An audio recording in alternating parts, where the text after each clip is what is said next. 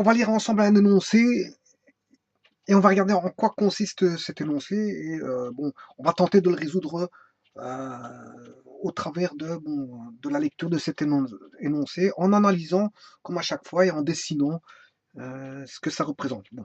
On va d'abord commencer la lecture. On décide d'accoler à une construction existante un abri ouvert rectangulaire composé de deux parois verticales. Donc, il faut bien se dire qu'on a deux parois verticales, ça on le sait, de 1 mètre, elles font 1 mètre de profondeur, et d'un toit plat. Donc, ça veut dire qu'on a deux parois verticales, et on va dire, c'est ce qui ressort de la première lecture. On a deux parois verticales, verticales par rapport au sol, bien sûr, et de, comment est-ce qu'on appelle ça, de par verticale de 1 mètre de profondeur. Donc ça veut dire que la profondeur ici fait 1 mètre. Parce que s'ils avaient parlé de ceci, c'est la hauteur, ça. Ça, c'est la hauteur. Donc voilà, c'est 1 mètre de profondeur. Donc on décide d'accoler à une. Donc ceci va être accolé à une construction qui est déjà à une construction existante, un abri ouvert. Donc ça, c'est un abri ouvert. Ça veut dire qu'on peut rentrer. Ici, il sera fermé comme ceci. Et on pourra rentrer facilement, accolé bien sûr à une construction apparemment existante. Voilà.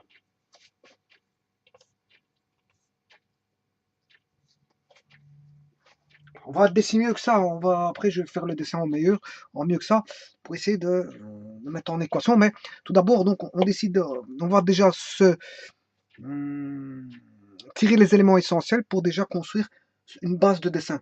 On décide d'accoler à une construction existante. Voilà, comme j'ai fait, la construction elle est là. Hein, on voit le toit ici. Voilà, d'accoler, je veux dire, un abri ouvert qui est ici. Bon, on peut se prémunir des pluies, etc., bon, de l'eau, du mauvais temps, hein, voilà, avant de rentrer dans l'habitation. Composé donc de deux parois verticales de 1 mètre de profondeur et d'un toit plat. Le toit est exécuté en zinc, donc le toit ici il est en zinc. Là, on a du zinc.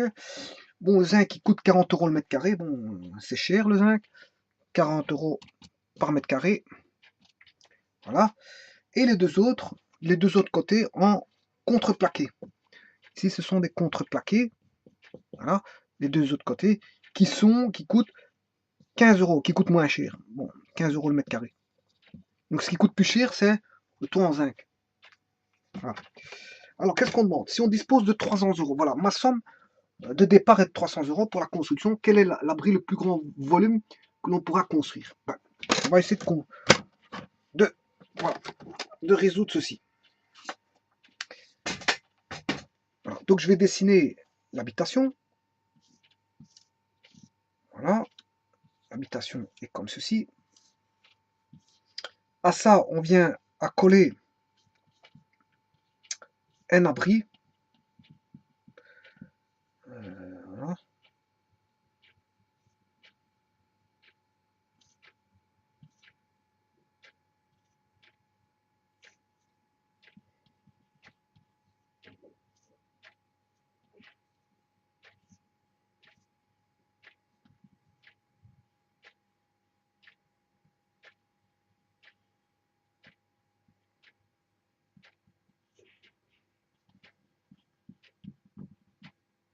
Un abri ouvert. Donc le toit ici est en zinc.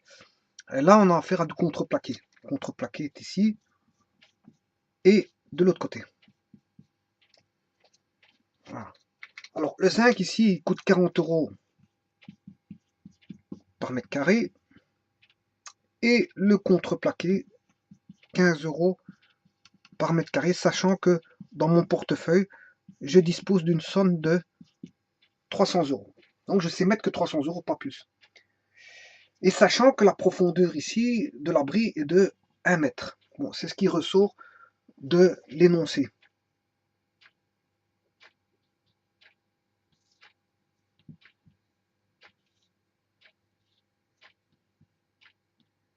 Voilà que fait ressortir l'énoncé.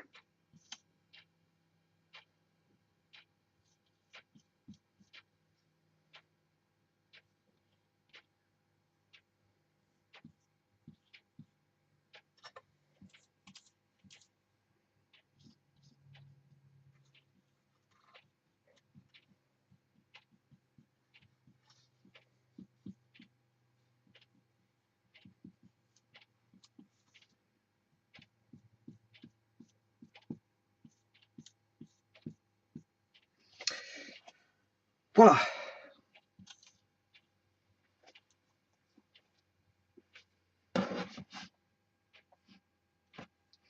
Bon, cet abri-là, la hauteur, je vais l'appeler X.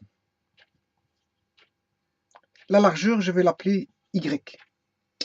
Enfin, appeler X, c'est X mesure X mètres et Y mètres. Je vais travailler en mètres, tout est en mètres. Bon, ce qui veut dire que là, j'ai X fois 1 mètre, fois 2, parce que j'ai deux contreplaqués, fois 15 € le mètre carré. Voilà le coût du contreplaqué. Ça, c'est le coût total du contreplaqué. Donc, c'est 1 fois X, ce qui fait X mètres carrés. X mètres carrés. 1 mètre fois X mètres, ça fait X mètres carrés. Mais comme il y a deux contreplaqués, ce qui fait 2 fois. En fait, ça fait. Le coût total vaudra 30x euros. 30x euros. Donc maintenant, le coût total du zinc, en fait, c'est Y fois 1, Y mètre fois 1 mètre, et j'ai une seule unité, voilà, donc fois 40 € par mètre carré. Donc j'ai Y mètre carré, si vous voulez, fois 40, ce qui fait, je vais payer 40 Y euros au total pour le zinc. Ça, c'est pour le coût total pour le contreplaqué, et ça pour le zinc. Bon, au total, contreplaqué plus zinc vont coûter 30x plus 40Y euros. Voilà. Et ceci ne doit être inférieur ou égal à 300. Et bien sûr, strictement plus grand que 0, parce que bon, il faut un abri, donc ça va coûter, ça va être sûr et certain que, voilà. Donc c'est 30x plus 40Y.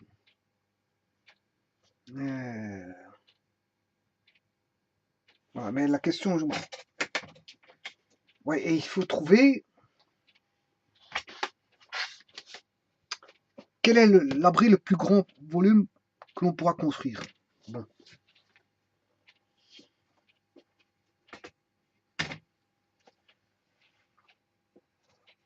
Donc ça, c'est au niveau du coût. Le coût total.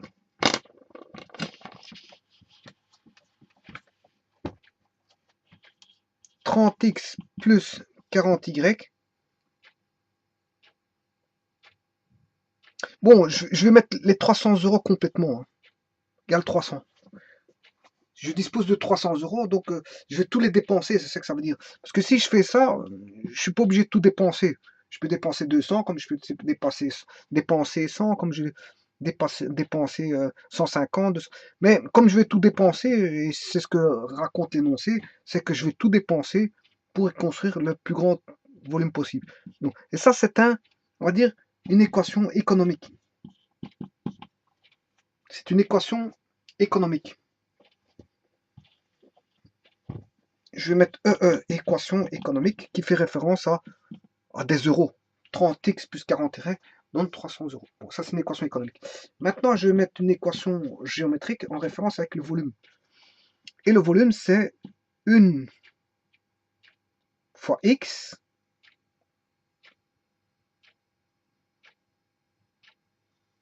fois y. 1 fois base,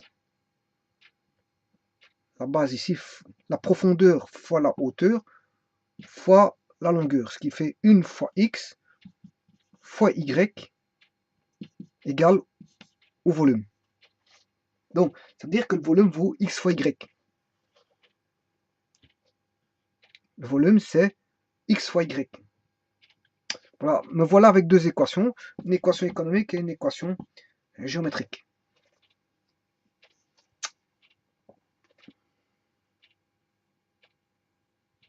Alors,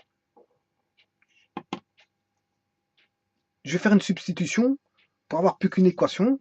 Si je fais une substitution, le y vaut le volume sur x.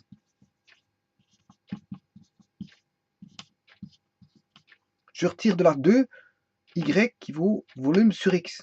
Donc, que je vais remplacer dans la première. 40 fois volume sur x égale 300.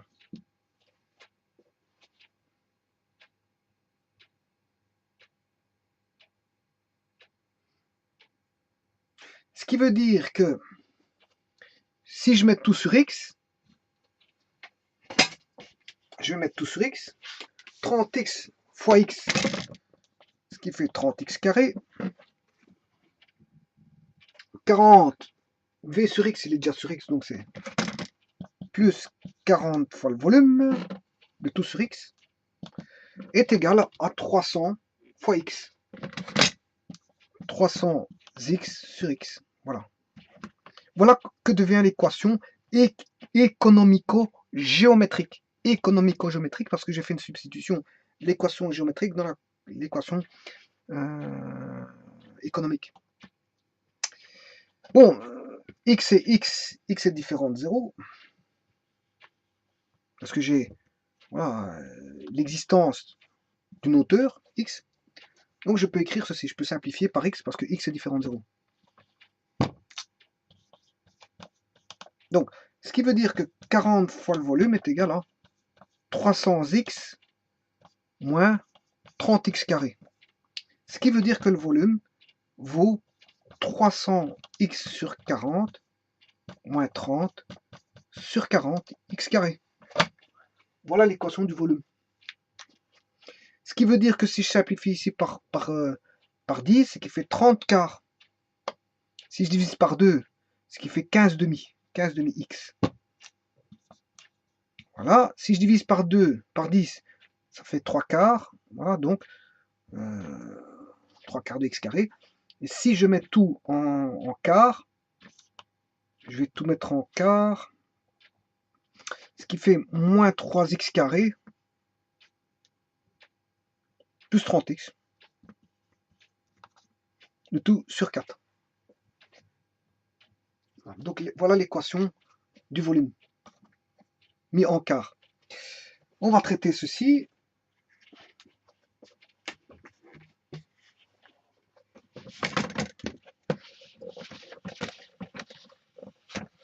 Le volume, pour trouver l'optimum,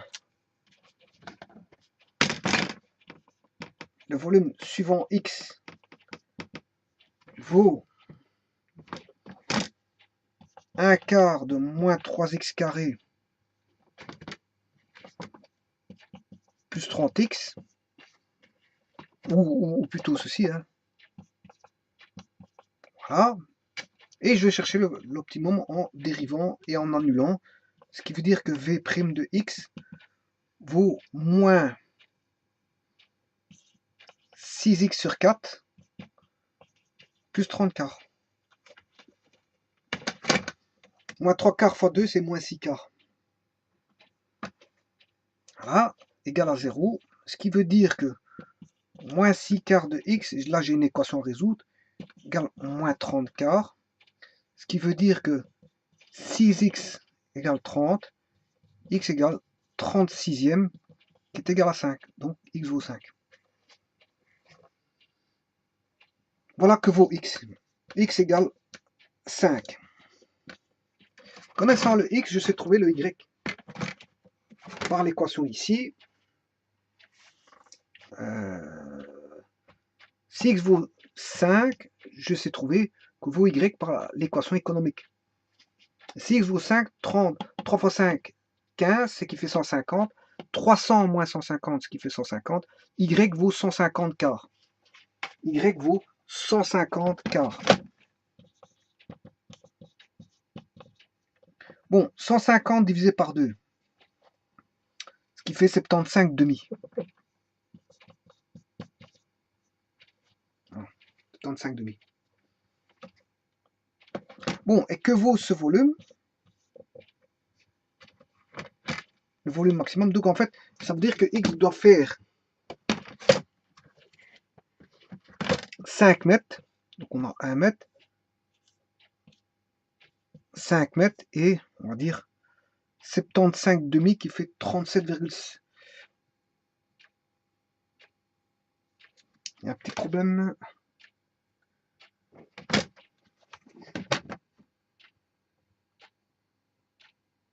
300 sur 40. 150, 300 moins 150. 30 fois 5, 150. 300 moins 150, ce qui fait 150. 150 quarantième, c'est 150 quarantième ici. Sinon, ça va donner 37 mètres, ça va pas bon. 150 quarantième, ce qui fait 15 quarts. Voilà, 15 quarts. 15 quarts de mètre, c'est mieux que 37 mètres. Hein. Ça m'étonnerait qu'il y ait 37 mètres là. 15 quarts qui fait 7,5 divisé par 2. 7,5 qui fait 3,25. Non 3,25 mètres si vous voulez. Donc c'est 5 mètres sur 3 mètres 25. Voilà. Et le volume le plus grand pris dans l'abri, quand une personne sera dans l'abri, le plus grand volume sera de x fois y, puisque ici la profondeur fait 1. Donc je fais 5 fois 15 quarts, 5 fois 10, 50, ça fait 75 ici. Puisque pour faire fois 15, on fait fois 10 plus la moitié du nombre que vous venez de trouver. 5 fois 10, 50, la moitié de 50, 25, 25 plus 50, 75. Voilà comment on divise. Voilà ce qui fait 75 quarts en volume, mètre cube. 75 quarts qui fait divisé par 2, qui fait 37,5. Parce qu'on a 70. Donc on avait 75. On sera dans les 30. Si je mets 37, ça fait 74. Si je mets un demi, ça fait bien 75. Donc la moitié de 75, c'est 37,5. Et il faut aller encore rechercher la moitié de 37,5 pour avoir le volume complet. Donc je divise par 2. Et ça fait une fois 8.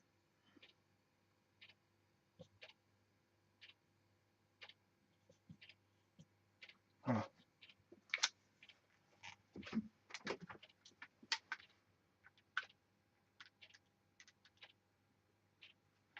Bon, ceci étant dit, le volume vaut 18,75 mètres cubes.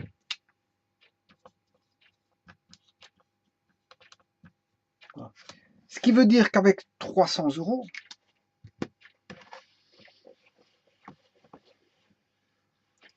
avec un montant dans mon portefeuille de 300 €, je peux construire un abri qui vaudra, bien sûr, la profondeur, elle est fixée de 1 mètre. On aura en X 5 mètres de hauteur, ce qui est déjà assez grand. Hein. Là, on aura 15 quarts, on a dit que c'était 3 mètres 25. Voilà. Et que le volume maximum sera de 18 mètres 75 au cube.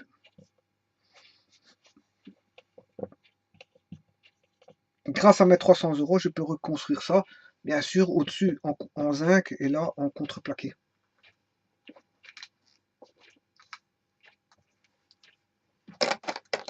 Donc en fait, il fallait partir d'une équation économico-géométrique pour trouver, je veux dire, les réponses de x, de y et bien sûr du volume total.